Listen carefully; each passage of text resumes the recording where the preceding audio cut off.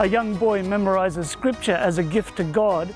Students start praying when they don't have enough food to give the homeless, and a delicious recipe from the Mission 360 kitchen coming up next.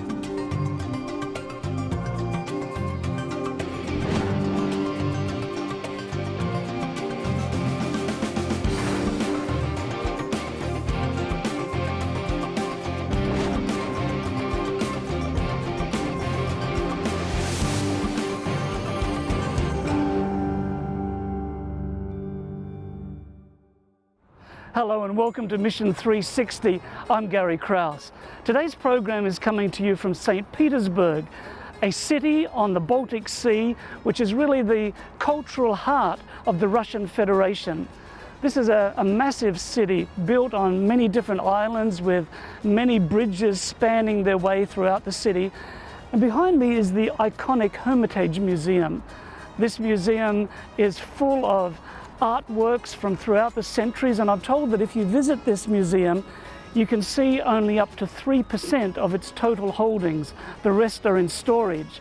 In fact, as you walk up and down its corridors, you can cover 23 kilometers. On today's program, we'll be learning a lot more about this Russian city. We'll see many of the sites, many of the historical and cultural sites. But first up, let's travel to Kyrgyzstan and meet a 10-year-old boy who every week faithfully learns his memory verse for a very special reason. This is Vitaly. He's 10 years old and he lives in a country called Kyrgyzstan. Every Sabbath, boys and girls in Vitaly's church are invited to listen to a children's story. After the story, the storyteller always asks, "Did any of you memorize a Bible verse this week?" Any child who memorized a verse gets to recite it for the whole church to hear. For the past year, 10-year-old Vitaly has raised his hand and shared a Bible verse every Sabbath. Why do you think he memorizes a Bible verse each week? When a friend asked him, Vitaly smiled shyly and said, "I memorize verses as a gift to God." You see, the Sabbath school teacher always reminds Vitaly and the other children of something important. She says, "Every day, God gives us many gifts. What gift do you have for God today?" God has given Vitaly many gifts. He lives with his loving grandparents. He has a home and a warm bed. He goes to a good school. He has food to eat.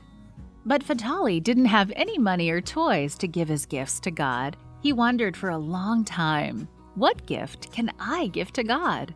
Then Vitaly thought about how well he can remember things. He decided to memorize a verse from the Bible every week. His Sabbath school teacher said this would be a wonderful gift for God. He isn't nervous anymore when he stands up in front at church because he does it every week. Vitaly is one of 6 children in Kyrgyzstan who go to church every Sabbath, even though no one else in their families is an Adventist. The children stand outside their homes on Sabbath mornings and wait for the Sabbath school teacher to pick them up in her car. After church, she drives them home. These children like church so much that they go every week no matter what. When it snows a lot and other children stay in their warm homes, Vitaly and the others go to church. When the weather is warm and the other children play outside, they still go to church. The pastor is glad that they're so faithful about spending Sabbath with God. In fact, little Vitaly loves church so much that he told his older brother about it, and now he goes to church too. Vitaly is in the 4th grade at Heritage Christian School in Kyrgyzstan. He loves his school because he gets to learn about God every day. Part of this quarter's 13 Sabbath offerings will help Heritage Christian School. Did you know that the school is named after a Bible verse? Psalm 127:3 says, "Children are a heritage from the Lord." That means children are a special gift that God gives to parents. Please remember Heritage Christian School in your prayers and with your Sabbath School mission offerings. I'm at the Hermitage Museum here in St. Petersburg, Russia, and my guest is Alexis. Thank you for joining me. Now, you're a Seventh-day Adventist Church member here, and you know this museum pretty well. How many years did you work here? Oh, I have a chance to work in this wonderful museum during 37 years 37 years. So you saw before many... being retired. Yeah, so you saw many changes here in this city. Oh, yeah, that's right. Our life is changing even now. Yes. Now, Also in the museum. now, when you worked in the museum, what did you do? And as working in the museum, I had several positions in this museum. And I also responsible for the department on French art, and also was administrator of the museum, and had a lot of very important positions here. Yes, wonderful. I wish you could give me a tour. Now, I'm interested in learning, how did you become a Seventh-day Adventist? Oh, it happened quite occasionally, because the best things happens occasionally. And when I started to work in the museum, and I was a student that at the time at the university, and I was watching beautiful pictures in the museum, and I wanted to understand the meaning of them. And I asked the people who worked already here how the people could create so beautiful pictures. They replied me, most of them are inspired by the Bible. But I had no idea what the Bible was. And certainly I went to the library and I asked a librarian to give me this book. But a librarian refused me to give the Bible because I had no permission to read it, because several kind of literature was prohibited at the time. But from time to time, the foreigners who visited the museum left the Bibles on the windows, on the benches in the museum, but we had a strict prescription to bring the Bible to the administrative department, because they told us it was a dangerous book. And I was shocked also once I found the Bible and I had it in my hand, and I started on the way to the administrative department to find what is dangerous inside of it. I was working very slowly. Yes. And later, certainly, I understood that book was very dangerous for the communists, because this book changed the mentality of the people. Certainly, it was my first experience with the Bible. So your first experience was taking the Bible to the administrative office, but on the way you were having a look inside. Yes, but I tried to find something dangerous. But could not find No. So what happened after this? But certainly, since that time, I wanted to read this book because I wanted to understand the meaning of the pictures. All people who worked in the Hermitage at the time, they told me, oh, that is impossible to understand the meaning without reading the Bible. But where I could find it. But once in the train, I met a young man who read the Gospel. And I asked me, where did you take this book? I look around, nobody see me, and I asked him to give me this book. And he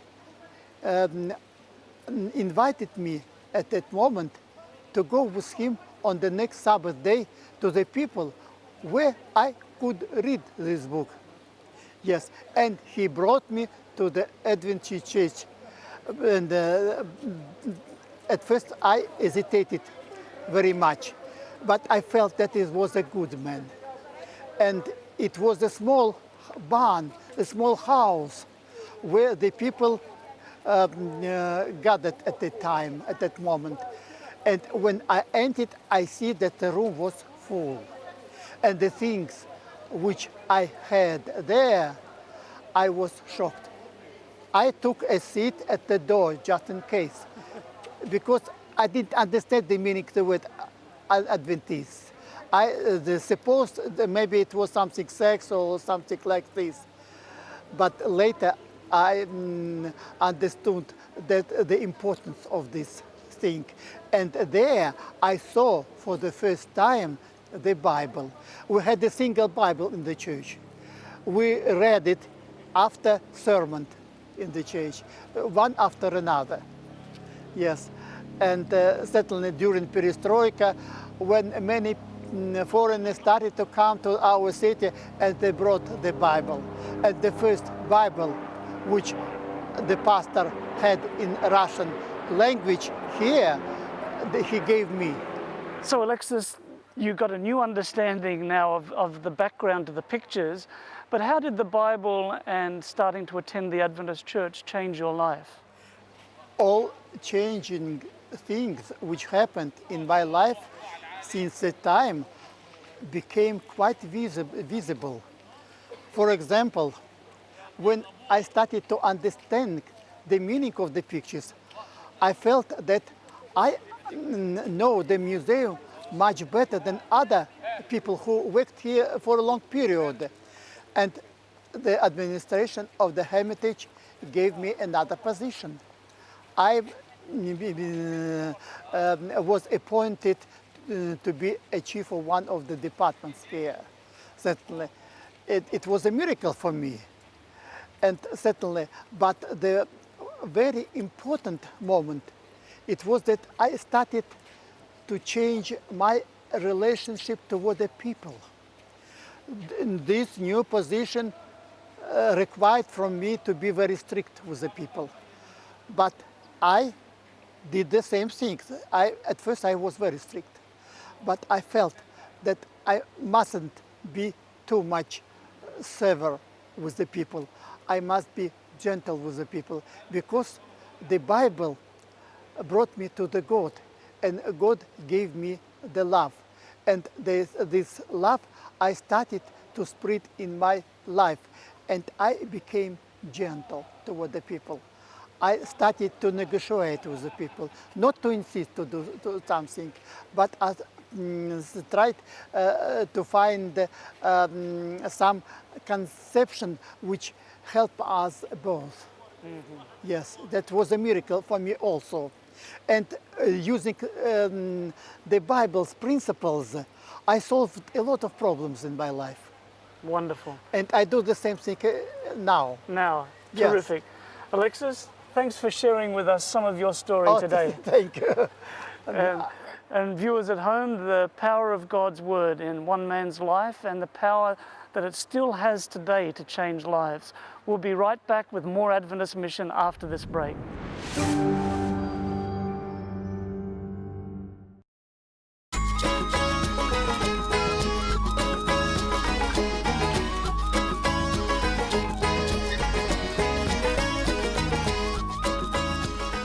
Welcome back to St. Petersburg, Russia. Next up, let's travel to the Mission 360 for another delicious, healthy vegetarian recipe. Welcome to our Mission 360 kitchen. We're going to take you to France today, and we're going to make a spinach and strawberry salad.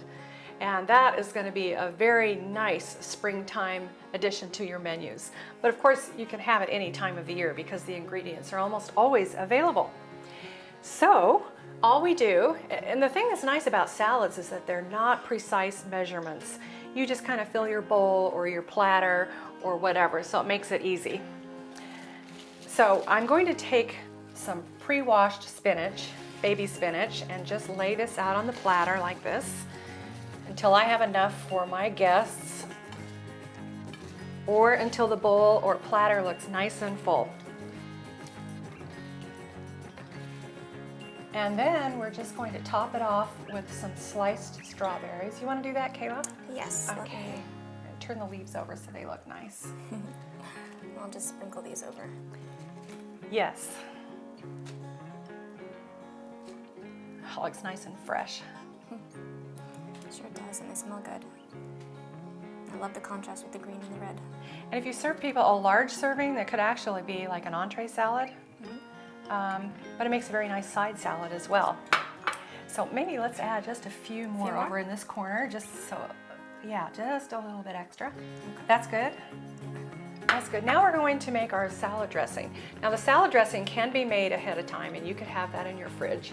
And normally when you make it and you're before serving, you'd put that in a nice little pitcher or something. But we're just going to serve it straight from our kitchen, kind of like we would at home. So we're going to start out with a blender. We're going to put that up here. And then we're going to add a cup of strawberries. They don't have to be sliced first. And then we're going to add a 1/3 cup of the olive oil, some lemon juice, and then we're going to give that a blend. So Nice let's and easy. see how pretty it turns out.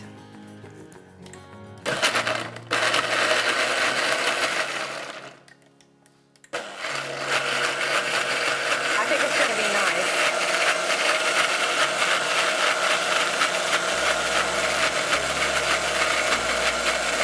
That looks good. Get a nice color there. It does look nice. And it smells good too. Nice and fresh. So we're going to just drizzle that over our salad platter. I'll move it over a little bit closer to you.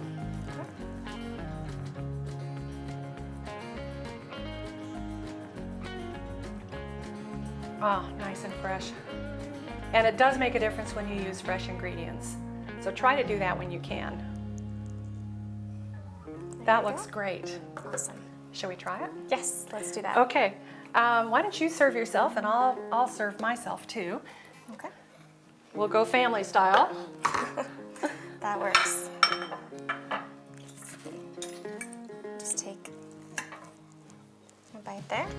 I'll try some right I'm here. actually going to sprinkle some almonds on mine. Oh, good idea. Good I idea. think they're pretty. They add a nice crunch. They do. So you could add it individually or you could add it to the salad bowl or platter to make everything look nice. So you gonna taste it? I can't wait.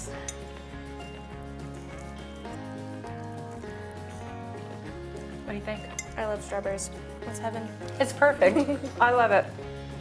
I'm glad that we are able to get these from Chile on a year-round basis, so we can always have a nice, fresh strawberry salad. Thanks for stopping and visiting us at our Mission 360 kitchen.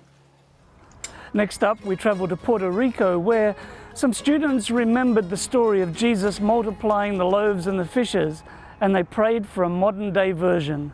On the island of Puerto Rico, a teacher gave Kermit and the rest of his class an interesting homework assignment. The teacher asked the students to find someone in need and then help that person with something meaningful. Kermit smiled and thought this was an easy task. He already enjoyed helping people, so all he needed then was someone to help. Some of the classmates got together after school and decided if they teamed up, they could help even more people. Perhaps they could feed all of the homeless people in their town. So one student volunteered to bring rice and beans, and another student to bring a side dish, and others said they would bring salad and juice. When the feeding day came, all the arrangements were ready. The students met in the town square, where many homeless people often sat all day and slept on the benches. The students set up a nice table and placed bowls of rice, beans, and other dishes on the table. One of the students brought 150 paper plates to serve the food. But quickly, Kermit and his friends noticed that they had way more plates than food. All the food they brought might only fill 50 paper plates. After all this effort, this wasn't going to be enough. As they searched for a solution, someone suggested that they pray for God to bless the meal and help them feed everyone who was hungry. So they prayed and asked God to bless the food and the people who were going to eat it. When they said amen, the homeless people started lining up. While several friends spooned large portions of food onto paper plates, Kermit walked around the town square, looking for people to invite to the meal. Soon, Kermit had invited everyone he could find. He came back to see if there was any food left. Surprisingly, the food was all gone, and so were all the paper plates. Not a single item was left. Even though they only had enough food for 50 people, they had given out 150 generous plates. Kermit and his friends saw a miracle that day. God had blessed and multiplied the food. The students were very happy. and they spoke excitedly about what had happened. They remembered the miracle of the 5 loaves and 2 fish, when Jesus prayed over the boys' small lunch and then used it to feed the 5,000. Some students believe that Jesus performed the same miracle for them that day, and they never forgot this incredible gift from heaven. Today, Kermit, who is now the pastor of 4 churches, gratefully remembers his homework assignment to help others. This shaped his life and motivated him to continue helping those in need. The members Kermit pastors feed rice and beans to 150 people every Sabbath, and his other church feeds a similar number on Thursdays. As these churches feed the hungry, the town's homeless people find more than food. They also encounter Jesus, the bread of life. Can you think of someone you can help? Share your ideas with your parents or Sabbath school teacher. God has a special plan for you.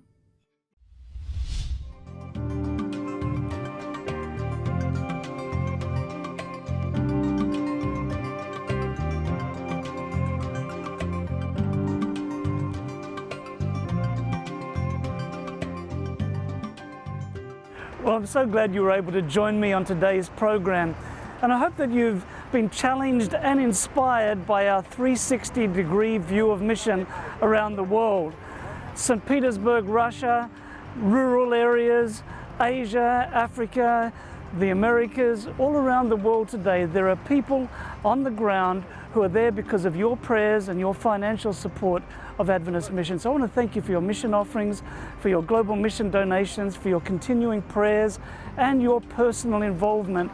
You are a part of our Adventist Mission team.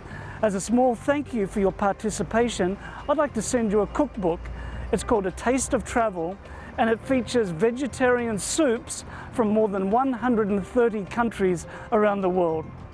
Well, for Adventist Mission, I'm Gary Krause, and I hope that you can join me next time right here on Mission 360.